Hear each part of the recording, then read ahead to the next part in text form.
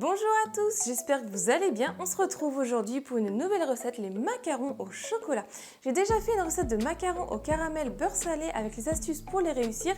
Si vous voulez voir la vidéo, je vous la mets juste ici sur le petit i en haut. Si vous aimez mes recettes, venez vous abonner en cliquant juste ici en bas de l'écran.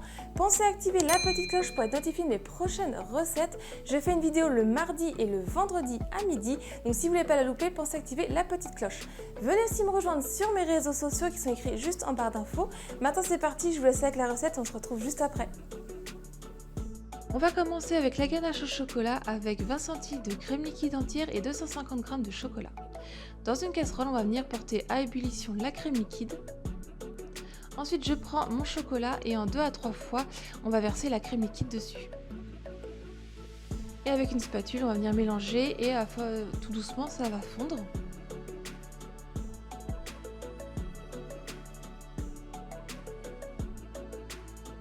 Quand tout est bien fondu et que c'est bien lisse, je viens filmer au contact et on va mettre au frais le temps de faire la pâte à macarons. 185 g de sucre glace, 185 g de poudre d'amande, 30 g de cacao non sucré, 5 centilitres d'eau, 200 g de sucre en poudre et 2 fois 75 g de blanc d'œuf. On va commencer dans un robot ou un mixeur et venir y mettre le sucre glace, la poudre d'amande et le cacao non sucré. Et on va venir mixer le tout.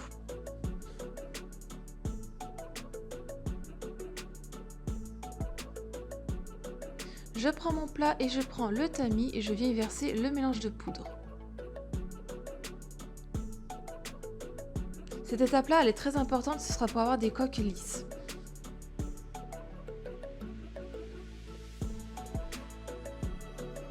Ensuite, sur feu moyen, dans une casserole avec un fond épais si possible, je viens verser l'eau et le sucre. Je mélange un peu avec ma spatule pour rendre le tout homogène et aussi les parois, enlever le sucre qu'il aurait pu avoir. Je viens prendre mon thermomètre et je vais venir faire monter à 118-119 degrés. Pendant ce temps-là, dans mon robot, je viens verser mes premiers 75 g de blanc d'œuf et je mélange à petite vitesse. Je vérifie la température, quand c'est à 114 degrés, je mets mon robot à pleine vitesse.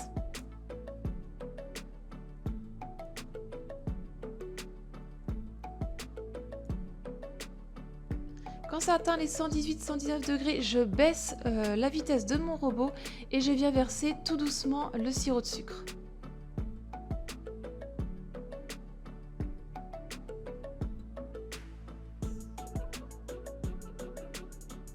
Une fois que c'est mis, je remets le robot à pleine vitesse et je vais faire monter la meringue. Vous faites tourner environ pendant 5 à 10 minutes. Pendant ce temps-là que la meringue monte, je reprends mon mélange de poudre, je reprends mes 75 g de blanc d'œuf et je vais venir mélanger la pâte.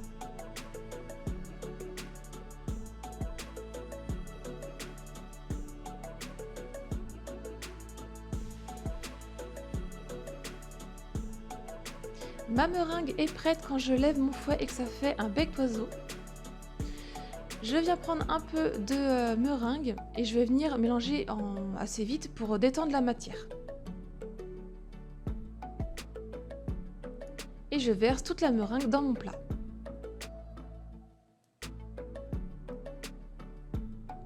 Et donc là, c'est l'étape du macaronnage, c'est là où il faut faire attention. Donc on va mélanger en faisant des demi-tours et en écrasant la pâte sur les parois et en levant pour former un ruban qui tombe à chaque fois. Donc vous faites ça, il ne faut pas trop macaronner, sinon vous n'aurez pas des beaux macarons, mais il ne faut pas non plus pas assez le faire.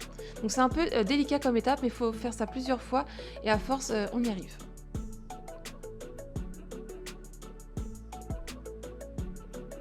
Donc là, ma pâte est prête, je préchauffe mon four à 170 degrés.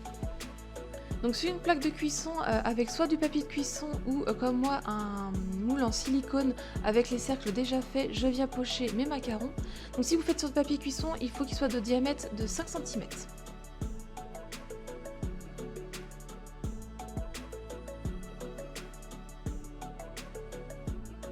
Et j'enfourne tout de suite 11 à 12 minutes à 170 degrés. Quand mes macarons sont cuits, je les laisse refroidir et je sors ma ganache du frigo. Je la mélange pour la rendre souple. Donc comme mes macarons sont refroidis, voilà le résultat.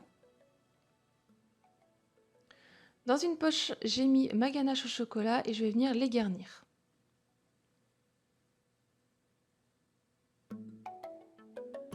Je prends une deuxième coque et je referme et je fais légèrement en refermant un cercle pour rendre le tout homogène. Ça remplisse bien le macaron. On les conserve dans une boîte hermétique et on les met de préférence toute une nuit au frais.